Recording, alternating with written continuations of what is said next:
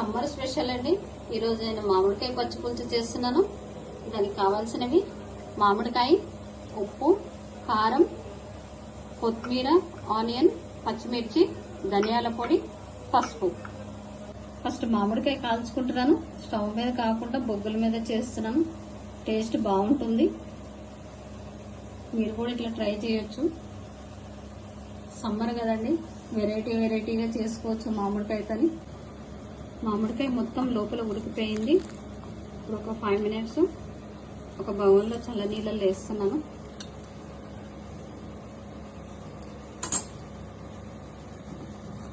మామిడికాయ చల్లగా అయిపోయింది.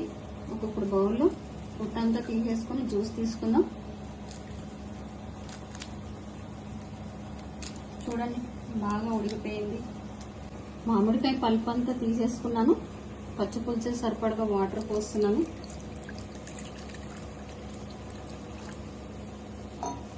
పసుపు వేసుకుంటున్నాను, ఉప్పు, కారం, ధనియాల పొడి, ముందుగా కట్ చేసుకున్న ఆనియన్, కొత్తిమీర, పచ్చిమిర్చి,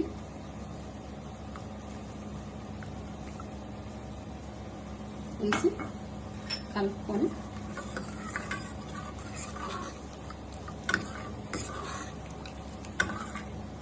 ముందుగా చేసి పెట్టుకున్న మామిడికాయ పచ్చి పులుసులో కొంచెం బగరిస్తున్నానండి. ఆయిల్లో ఎండుమిర్చి, కరివేపాకు, ఆవాలు, జీలకర్ర వేసి కొంచెం ఫ్రై చేసుకొని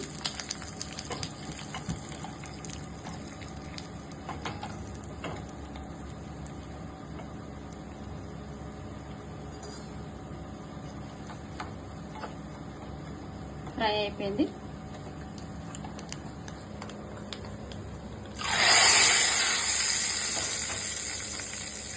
మామిడికాయ పచ్చి పులుసు రెడీ అయిపోయింది. వేడివేడి అన్నంలో సర్వ్ చేసుకుంటే చాలా బాగుంటుందండి. మీరు కూడా ట్రై చేయండి. నెక్స్ట్ వీడియోలో కలుద్దాం.